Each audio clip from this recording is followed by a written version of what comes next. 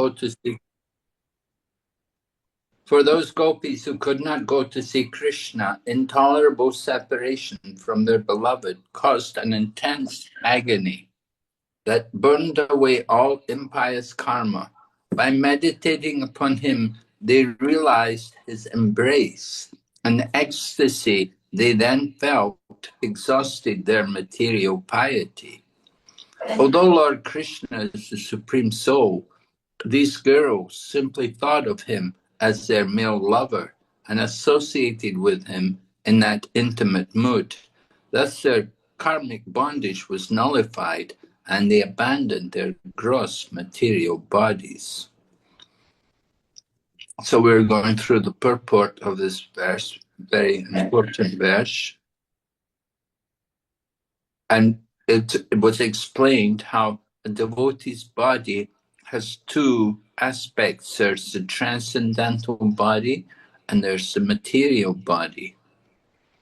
So this verse from the 11th canto Srimad Bhagavatam was quoted, Bhakti Pareshano Bhavo Viraktir, describing how devotional service is compared to eating. And as we eat, we feel pleasure, nourishment, and relief from hunger. And these things all come simultaneously and increasingly as we go on eating. In the same way, when one achieves pure love for Krishna, the material portions of the body disappear and the body becomes completely spiritual. So it's pointed out, that when the devotee dies, although they have a spiritual body, they will leave a gross body. One reason is they don't want to disturb the false opinions of people who are atheists. And another reason is they want to protect the confidentiality of devotional service. So it's important to understand these things. And an example is given that the Yadavas, the disappearance of the Yadavas during the Moshala Lila, means that the time of the departure of the Yadu dynasty. The Yadu dynasty had come with Lord Krishna. Lord Krishna had told different demigods and great personalities to appear in the Yadu dynasty and to take part in his pastimes. So then it came time for Lord Krishna to leave the world. But before he left the world, he wants to arrange for the disappearance of the Yadus, because the Yadus wouldn't be able to tolerate living in the world without Krishna. So Krishna arranged that first the Yadus would disappear. And he arranged how they would go to Prabhashetra and they would fight with each other and kill each other. And in this way they would depart from the world. They would go back to their places as demigods or wherever they came from. Mostly they were demigods, great personalities. So Lord Krishna arranged like that, to let people see the gross body. They don't want to disturb the atheists, and they want to protect the confidentiality, the confidential nature of devotional service. But then it's pointed out that sometimes, in some special cases, Krishna allows the devotee to go back to Godhead in his same body. And the example is given about Dhruva Maharaj. And Dhruva Maharaj had been king of the world, and then he'd retired to Badarik Ashram, and he was in Badarik Ashram, and one day the aeroplane came from Vaikuntha, and it took him to Vaikuntha. And we have also in the more modern, more recent times, you have the example of Tukaram. Tukaram was a great saint in Maharashtra, And what happened was one day the aeroplane came from Vaikuntha to take him to the spiritual world. And the site is there, the site where the aeroplane came to take him to the spiritual world. Tukaram just went back to the spiritual world in his same body. So the verse is quoted in relation to Dhruva Maharaj departing from the world. Verse is quoted from the 11th canto about how a living entity who conquers the modes of nature by the process of devotional service, they get pure love for Krishna. And with that pure love, their body's completely spiritual. So this shows the importance of devotional service.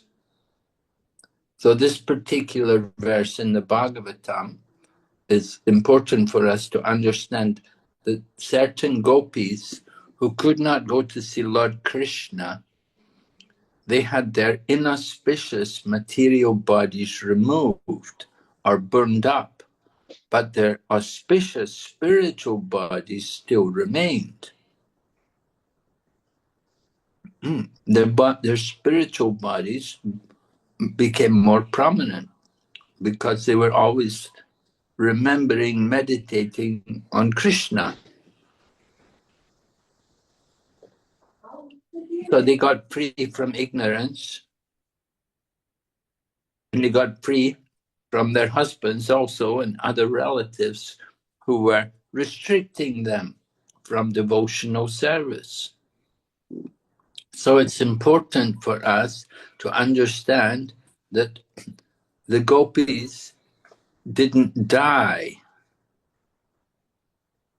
because it would be very inauspicious for the Lord to think that some gopis died because they didn't get his association. It's at the time of the most auspicious rasa dance, and Krishna wants to enjoy, so he doesn't want to see gopis dying.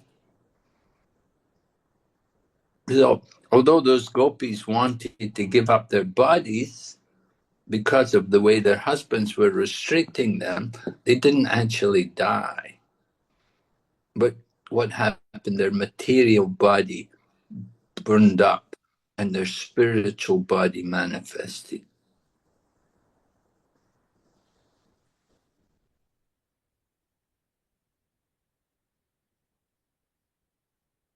And there's more evidence also. Uddhava had come to Vrindavan bringing the message from Lord Krishna to the gopis. And that at that time the gopis felt satisfied because by hearing the message from Lord Krishna, they had remembered Krishna more. So it's mentioned that those gopis who Uddhava spoke to, they were the ones who had not had the chance to actually go to the rasa dance because of being held in their homes by their husbands or their relatives. So those gopis who were not able to go and join in the rasa dance, they were the ones who Uddhava was speaking the message from Lord Krishna to. So they gave up their material bodies, but they didn't die. They just gave up the material body, and their spiritual bodies became manifest, just like Dhruva Maharaj. So when it says the gopis gave up their bodies, it means they gave up their material bodies. And then we're given another analogy to help us understand this. We're told about 7 or 8 ripe mangoes on a tree. So if 7 or 8 mangoes on the tree are ripe, we could understand that must be all the fruits on the tree must be just about ripe. So you can pick them all and take them home. and keep them in the sun's rays, and gradually they all become fit to be offered to the king. And when it comes time to offer them to the king, then the person in charge of the fruits, he knows which one will be the best one, which ones are ripe in the middle and still a little raw on the outside. Oh, no.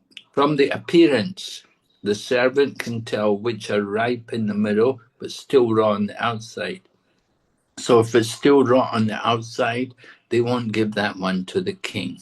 They'll give the ones which are fully ripened to the king. But the ones which are not yet ripe, they'll keep them for a few days. And gradually, 2 or 3 days later, they will be also ripe and ready to offer to the king. So devotees are like that. These gopis are like that. They're like mangoes. They're not fully ripened. The ones which were kept at home, they're not fully ripened, but they become ripened in a few days. So we're told the Munichari gopis, meaning those sages who had seen Lord Rama and wanted to enjoy with Krishna. They'd taken birth in Gokul, and they'd completely given up their material bodies. And very early in life, they had achieved spiritual bodies. So they were able to remain untouched by any other man. So they became Nityasiddhas, eternally liberated gopis. And they went with other advanced gopis. They went to meet Krishna. But there were some Munichari gopis who still had some attachment or connection with the material body. So some of these, if they still had that some attachment to the material body, then they were not able to immediately go to join with Krishna. But they gave up the material bodies, and after being, what happens is that because they were separated from Krishna, so that feeling of separation from Krishna, that purified them. And in this way, by feeling the separation from Krishna, they gave up their material bodies and became perfectly transcendental bodies. And they were, by that way, they were free of any kind of contact from other men. Then Yoga Maya sends some of the gopis out behind those who have already gone out. So Yoga Maya, if she saw there was still some contamination in some of the gopis, she would keep them back. And that way they would get purified by separation from Krishna. And then when they're purified, then she would send them out later. So after enjoying the rasa dance with Krishna, the Munichari gopis, they went back to their homes. And so did the Nijsiddhas and other advanced gopis. And Yoga Maya protected the Munichari gopis from the material association of their husbands, right? Because they were married. But the Yoga Maya arranged to protect them from that material association. Those gopis, they did not have any kind of attachment they did not have any kind of attachment to their husband or children and so on. They were fully immersed, fully absorbed in love of Krishna. And it describes even their breasts dried up, so they could not feed their babies. And their family members appeared, to their family members, it appeared as if they were haunted by ghosts. So this way, the gopis who were previously in material association joined in the rasa dance.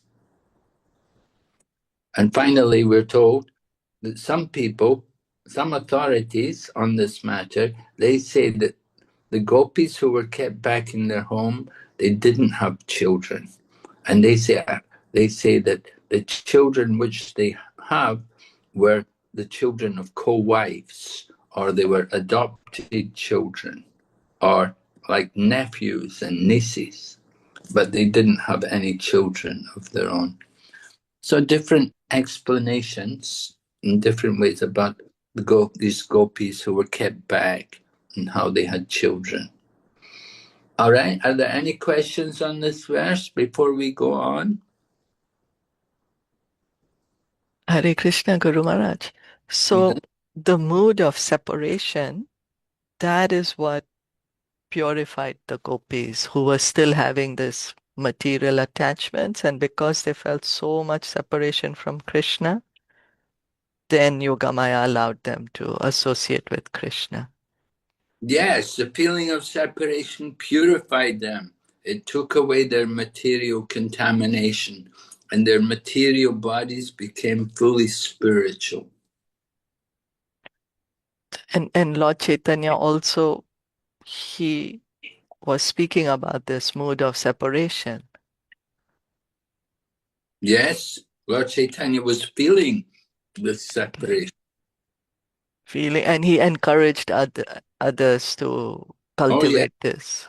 Yes, all the followers of Chaitanya Mahaprabhu, they all have that mood, the mood of the gopis, separation from Krishna. And then Yogamaya also protects these devotees who become purified or considering. Yes, Yogamaya, we heard Yogamaya protected those gopis, yeah. So nice. Yeah, very well explained, very detailed. This is from the commentary of Acharyas like Vishwanath Chakravarti. Okay, any other question? So we can go on. If there's no... Maharaji. Yes? So when after the Ras Leela, I mean the Ras thing, when they went back, were they accepted by their husbands? Yes. Yes, they were accepted by their husbands, but it's described like how their breasts dried up and they were, you know, what was it said? It said they were, appear like haunted. yeah, like haunted, right? So they understood, oh, something's wrong with them, you know, become a little crazy. So in spite of all this, yeah, they were accepted. Oh yeah, they'd certainly keep them in the home. Yeah, keep them because they're the family. They're married into the family. There's no question of divorce or giving them up. That would never be considered. We just read how the Brahmana's wives also, when they went back, Krishna said, don't worry, your families will accept you. Yeah, there it was mentioned, huh? Right, yeah. Yes, right. The Yagnapatnis. Uh-huh. Okay. We could go on. Text number 12. Someone can read.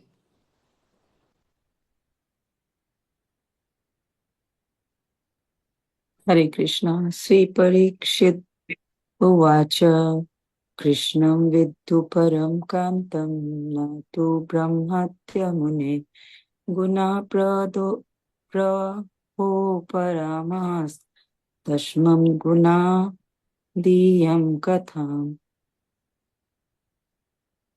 Translation. Sri Parikshit Maharaj said, O says, the gopis knew Krishna only as their lover, not as the supreme absolute truth. So how could these girls, their minds caught up in the waves of modes of nature, free themselves from the material attachment? Purport. King Parikshit was sitting in the assembly of great sages and other important personalities listening the words of Sukadev Goswami. According to Srila Vishwanath Chakravarti, as Sukadev began speaking of the gopis' conjugal love of Krishna, the king noticed the expressions on the face of some materialistic persons present there and realized the doubt lurking in their hearts. Therefore, although the king thoroughly knew the purport of Sukdev's word, he presented himself as experiencing personal doubt so that he could eradicate the doubt of others. That is why he asked this question. Hare Krishna. Yes, very nice. You see, this is important, that questions, it's not that we may have something we don't know, but sometimes we ask a question for the benefit of others to clear up their doubts. So it's actually very nice that Maharaj Parikshit is thinking in this way. He's bringing up this question. It's not he doesn't have any doubt about it himself. You know, he's a great devotee and he understands the position of the Lord and the position of these gopis, but he wants to, because there's many other people there listening, and they're not all very devoted. So Parikshit Maharaj is asking this question, and he wants to take away any doubts they may have. You can go ahead.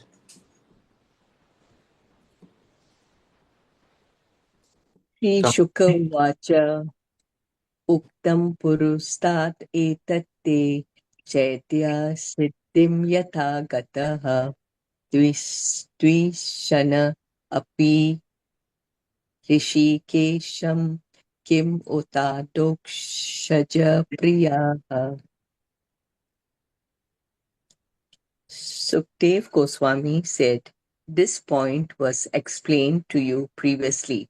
Since even Shishupal, who hated Krishna, achieved perfection, then what to speak of the Lord's dear devotees?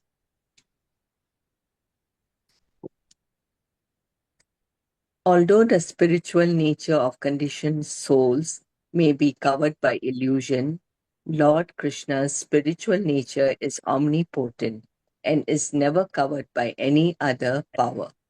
In fact, all other powers are his energy and thus function according to his will.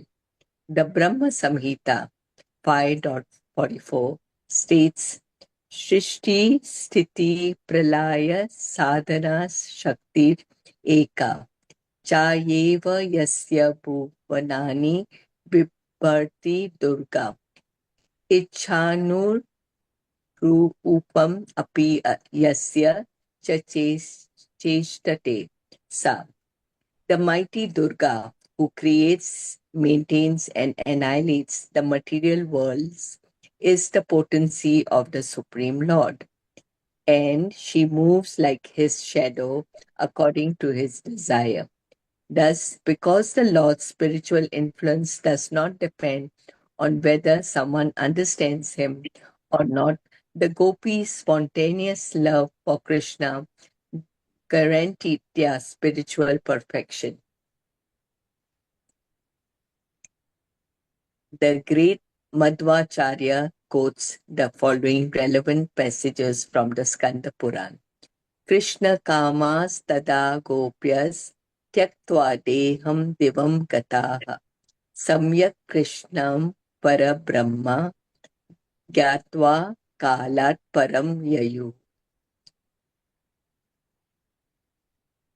At that time, the gopis who desired Krishna gave up their bodies and went to the spiritual world.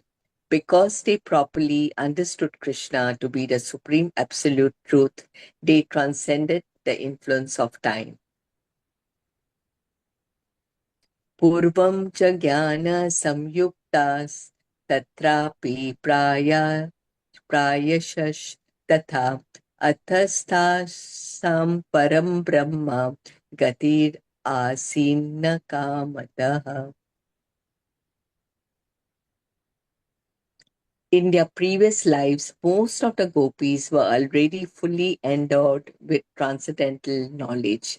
It is because of this knowledge, not their lust, that they were able to attain the supreme Brahman. Natu jnanam rite moksho nanyah pantethi hi shrutihi Kama yukta tada bhakti jnanam chato vimuktigaha. The Vedas declare that without spiritual knowledge, there is no valid path to liberation. Because these apparently lusty gopis possessed devotion and knowledge, they achieved liberation. Ato mokshe pita samcha kamo bhaktyanu mukti shabdo dito chaitya prabritto dvesha bhagina. Thus, even in their attainment of liberation, lust followed as a manifestation of their pure devotion. After all, what we call liberation was experienced even by envious persons like Shishupal. Maybe somebody else would like to read.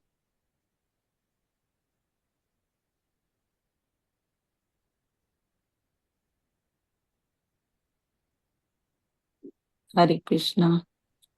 Okay. Bhakti margi prathan muktum agat Vishnu prasadata kamastva ashubha kritachapi bhaktya Vishnu prasadakrit. By the mercy of Lord Vishnu, one who follows the path of devotional service gains liberation as the byproduct, and such a person's lusty desire, which would normally invoke misfortune, instead invokes the mercy of Vishnu when exhibiting pure devotion. Dveshi jivayutam chapi bhaktam Vishnur vimochayet ahoti karun Vishnu shushuppalayasya mokshanat. Lord Vishnu will save even a devotee possessed of an envious life. Just see the extreme mercy of Lord, as shown by his granting liberation to Sisupala. Shishupal was Lord Krishna's cousin. He was mortified when the Lord stole the gorgeous young Rukmini, whom Shishupal himself was hell-bent on the marrying. For various other reasons, also Sisupal was consumed with envy of Lord Krishna, and finally he insanely offended him in a great assembly, called the Rajaswa sacrifice. At that time, Krishna nonchalantly cut off Sisupal's head and gave him liberation. Everyone present saw the effulgent soul of Sisupal rise out of his dead body and merge into the existence of Lord. The seventh canto explains that Sisupal was an incarnation of gatekeeper in the spiritual world, cursed to take birth on the earth as demon. Since even Sisupal was liberated by Lord, who took into consideration the whole situation, then what to speak to the gopis who loved Krishna more than anything? Hare Krishna. Right, so we're hearing about how Sukadev responding to Parikshit Maharaj's question, because Parikshit was asking that, these girls, they were not free from material attachment. They were attached to Krishna as their lover. So how is it that they got free from the modes of nature? How is it they could get free from material attachment? because they only thought of Krishna as their lover. They didn't think of him as God, right? They just thought he's our boyfriend. So Sukadeva Goswami said, we explained to you this earlier, when mentioned about Sishupala. Sishupala, the symbol of envy, very envious person who hated Lord Krishna from his childhood. He hated Krishna. Sishupal was also very opulent, so he was always trying to compete with Krishna. Lord Krishna is the supreme Bhagavan, and Sishupal was trying to compete with him. Sishupal was also opulent. Sishupal was Kshatriya, of course. Kshatriya, and he insulted Krishna many times. And finally, Krishna killed him when he insulted Krishna at the Rajasuya Yagya. At that time, Lord Krishna threw his Sudarshan chakra and beheaded him. And at that time, everyone saw the soul leave the body of Sishupal and enter into the effulgence of the Lord. It entered into the effulgence right there in front of everyone. So Sishupala got liberation.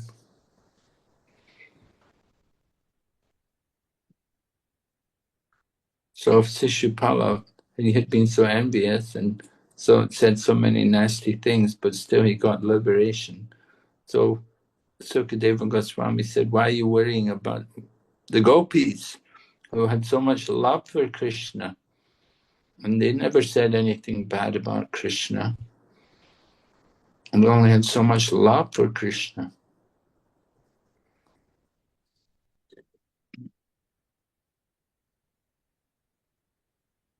So the purport, they quote this verse from the Brahma Samhita about how the material energy is controlled by Mother Durga, and it's a potency of the Lord, but the material energy is under the Lord's control.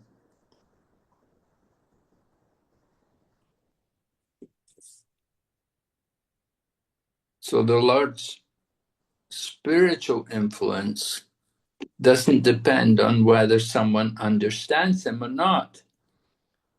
This is the effect of the spiritual potency. It doesn't matter how much you understand or not. You may not understand, but you just have that attachment. You have that love. That is perfection. The gopis' love for Krishna, that was their perfection.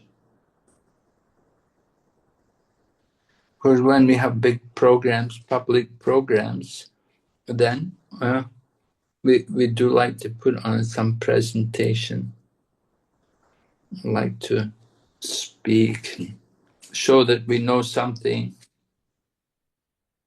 We should understand something about the Lord.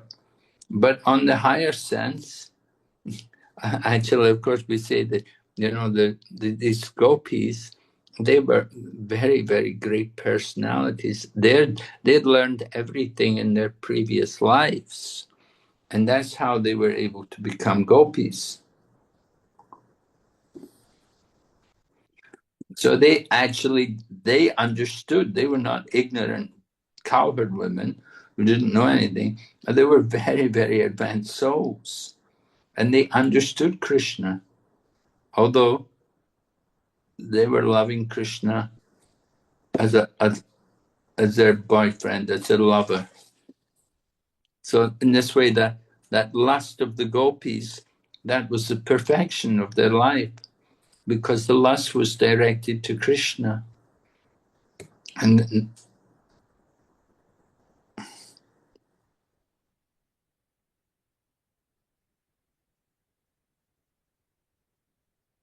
But then it's also mentioned that they came to this supreme, they came to this highest position not because of the lust, but the knowledge which they had acquired in the previous lives. And then the verses declaring that without spiritual knowledge, then we're not qualified for liberation.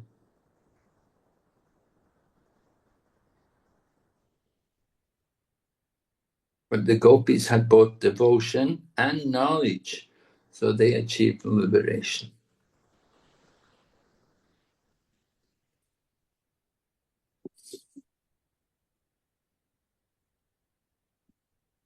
And we are told how lust followed as a manifestation of their pure devotion. So their lust for Krishna, that was a sign of their pure love for Krishna.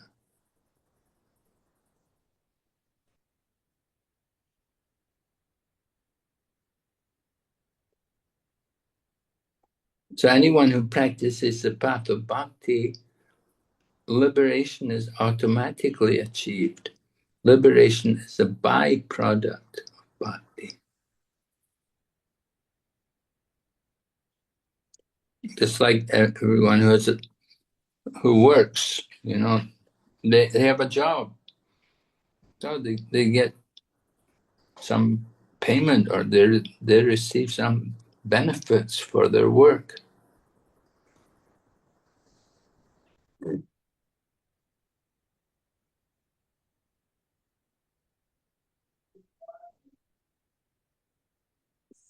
When we're told person's lusty desires usually means misfortune, but in the case of the gopis, it brings the mercy of Vishnu, because the lust of the gopis is exhibited in the mood of pure devotion. The gopis' lust is not material, it's spiritual, it's pure devotion.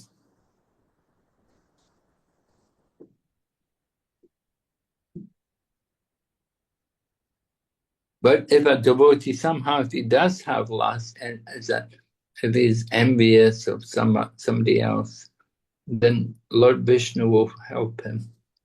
Lord Vishnu can save him. Just like he saved Sishupal. Sishupal was angry, but the Lord gave him liberation, because Sishupal has to go back to his service in the spiritual world. He had to go back to his position as a doorkeeper. So the Lord, first of all, took him into the Brahmajyoti, and then from the Brahmajyoti, then he went back to some place where he can reside properly.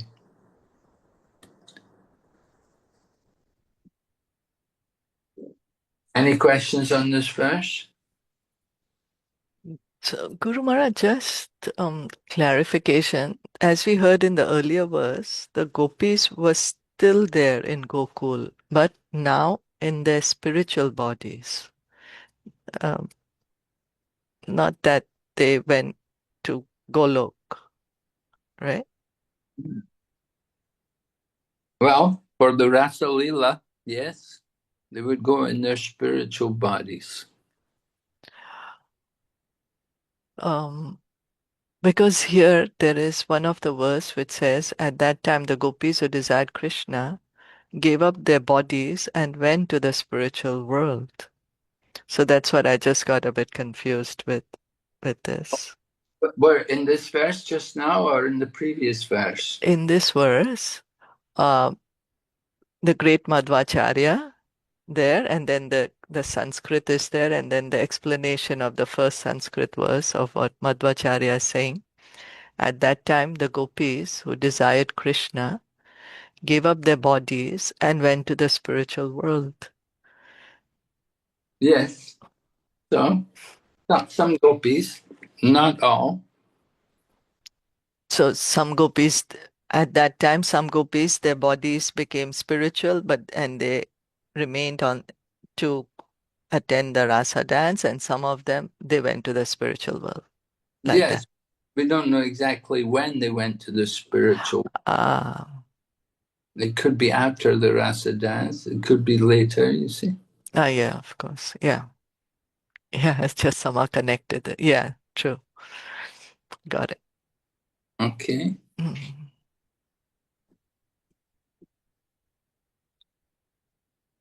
All right. Have we got time for another verse? Or is it time? It's 7:50. We can do one more. Shall I read? Okay. Nirnam Nishre Yash Arthaya Vyaktir Bhagavato Nripa Avyayas Aprame Yasya Nirgunasya Gunatmanaha. O King, the Supreme Lord is inexhaustible and immeasurable, and he is untouched by the material modes because he is their controller. His personal appearance in this world is meant for bestowing the highest benefit on humanity. Since Lord Krishna descends to benefit mankind in general, why would he neglect innocent young girls who loved him more than anyone else did? Although the Lord awards himself to his pure devotees, he is avyaya, inexhaustible. Because he is aprameya, immeasurable, he is also nirguna, free of material qualities. And thus, those who intimately associate with him are on the same spiritual platform. He is Gunatma, the controller or original personality behind the modes of nature. And it is specifically for this reason that he is free of them. In other words, because the modes of nature are his energy, they cannot act upon him. All right. So we're hearing about the qualities of the Supreme Lord. How everything about him is transcendental, and how he gives himself to his devotees and takes care of them. That everything in this world, the material energy, it's all his energy. He is not controlled by it. He is the controller.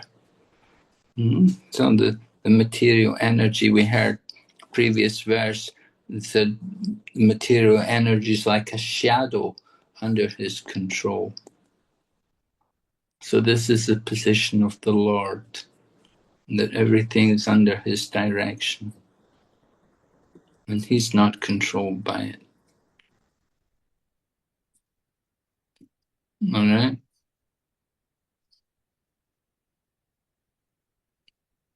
So I think it's a good place to stop. We can go on tomorrow. Thank you, Guru Maharaj. Thank you. Hare Srila Prabhupada ki jai. Jai. His Holiness Hare Bhakti Krishna. Vignavanaj Nishma Maharaj ki jai. Jai. Or back to the Thank you so much, Thank you Gurudev. much, Gurudev, you'll join us tomorrow? Yes, I'll try. Yes, should be. Okay. Thank you. Thank you so much. Hare Yeah. Krishna. Hare Krishna. Thank you, Hare everyone. Krishna. Hare Hare Krishna. Krishna.